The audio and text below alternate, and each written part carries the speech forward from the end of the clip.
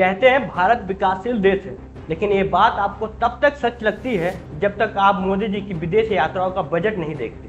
क्योंकि जैसे ही आप जानते हैं कि 2014 से 2025 तक हमारे तेज तरार फ्लाइंग पीएम ने 170 से ज़्यादा विदेशी यात्राएं की और इन पर 1846 करोड़ रुपए खर्च हो चुके।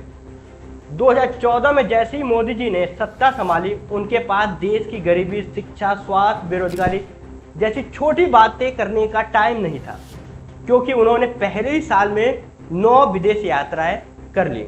धीरे धीरे संख्या बढ़ता गया। 2015 में 14, फिर 2016 में 18। अब कोई पूछे इतना क्यों घूमते हो, तो जवाब मिलता है विदेश नीति मजबूत हो रही है। लेकिन दिक्कत यह है कि मजबूती कैमरे के सामने दिखती है, जमीनी स्तर पर बिल्कुल नहीं। राहुल जी, आप बताइए, इस विदेश यात्रा से कोई फायदा हुआ या सब खत्म?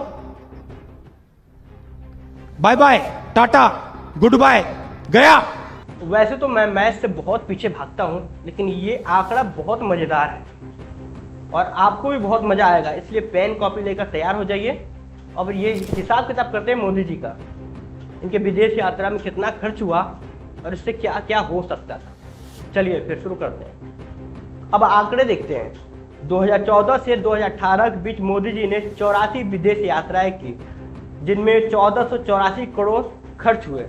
फिर कोविड आया तो थोड़ी रुकावट आई, यहाँ थोड़ा चुक गए। अगर ये कोविड नहीं आता तो मोदी जी तो खैर। 2021 से 2025 के बीच अब तक 33 और यात्राएं हो चुकी हैं, जिन पर 262 करोड़ खर्च हुए हैं, यानी कुल मिलाकर 1846 करोड़ का फ्लाइंग बजट। अब कोई पूछे क्या मिला, तो जवाब आता है अंतर्राष्ट्रीय संबंध बेहतर हुए।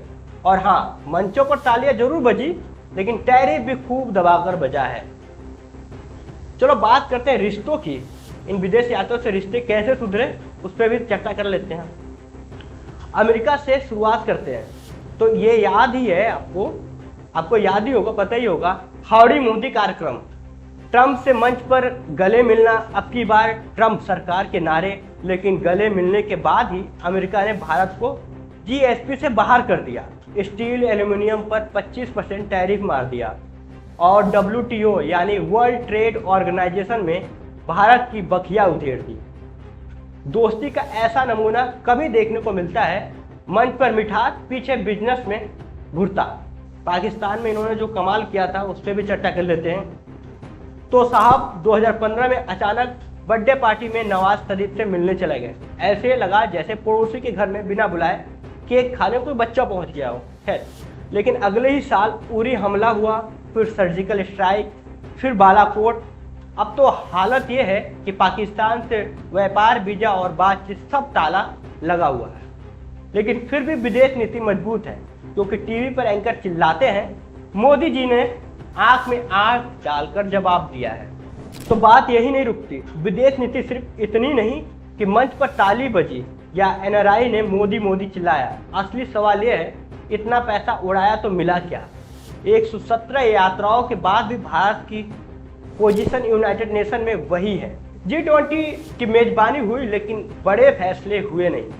विदेश में मंच मिला, लेकिन नीति नहीं बनी। फ्रांस, अमेरिका, जापान, ऑस्ट्रेलिया, हर देश में मोदी जी की यात्रा एक प्यार इवेंट बदल गई। भाषण दिया गया, India is the mother of democracy. बोला गया मेक इन इंडिया, कोई विदेशी चीज का उपयोग नहीं करेंगे। सवाल यही, निवेश आया कितना, उद्योग लगे कितने, युवाओं को रोजगार कितना मिला? चाइनीज कंपनीज आपको मारना चाहे तो 2 मिनट में मार सकते हैं। Absolutely they can do it. That's what price गिराएंगे। 2020 में भारत को होस्टिंग मिली, पूरे देश में पोस्टर लगे, वीडियो चले और ऐसा माहौल बना जैसे भारत अब वर्ल्ड लीडर है।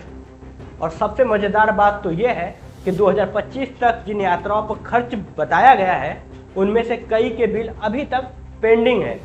यानी प्रधानमंत्री जी होटल में ठहर कर निकल चुके हैं और सरकारी खजाने में अभी पेंडिंग बिल फंसा है। भारत के पड़ोसी देशों के रिश्ते भी इस विदेश नीति के बाद और पेचीदा हो गई। नेपाल, जो कभी भारत को नेचुरल एलायन था, अब चीन के साथ घनिष्ठ संबंध बना रहा है। मालदीव में एंटी इंडिया भावनाएं बढ़ रही हैं। बांग्लादेश अब भारत में पानी और सीमा विवाद पर नाराज है, यानी यात्राएं हुई लेकिन पड़ोसी घर वाले अब भी नाराज हैं। सबसे पहले प्रधानमंत्री दोपहर 1 बजे लंदन के लिए रवाना होंगे। यहाँ वो 2 दिनों के दौरे के दौरान अब तक हम 1840 करोड़ की हवाई क्रांति पर उड़ रहे थे, अब बारी है लैंडिंग। लेकिन ये लैंडिंग एयरपोर्ट पे नहीं है, जमीनी स्तर पे है, जमीनी सच्चाई पर है, क्योंकि उड़ते हुए बादलों में जो चकाचौंध दिखती है वो नीचे किसान के खेत में नहीं मिलती। प्रधानमंत्री मोदी की विदेश नीति पर सबसे बड़ा कटाक्ष यही है कि नीति कम और यात्री डायरी ज़्यादा लगती है। ऐसा लगता है जैसे प्रधानमंत्री किसी इंटरनेशनल बायोपिक की शूटिंग कर रहे हो, जहां हर लोकेशन पर नए देश में शूट होती है, हर सीक्वेंस एक भाषण में और हर सीन में तालियां बजती हैं। अब जब हम इस नीति की तीसरी परत पर आते हैं तो देखते हैं कि इसमें सिर्फ घूमना नहीं, एक पूरी प्रचार व्यवस्था जुड़ी हुई है। हर दौरे के साथ social media team Modi in America, Modi in Japan, Modi in Nigeria जैसे ट्रेंड चलते हैं और टीवी न्यूज चैनल स्टूडियो को ऐसे सजाते हैं जैसे यूएन की बैठक हो रही है। लेकिन जरा रुकिए, विदेश यात्रा का असली उद्देश्य क्या होता है? संबंध मजबूत करना, व्यापार समझौता करना, तकनीकी साझेदारियां बनाना और रणनीति लाभ सुनिश्चित करना।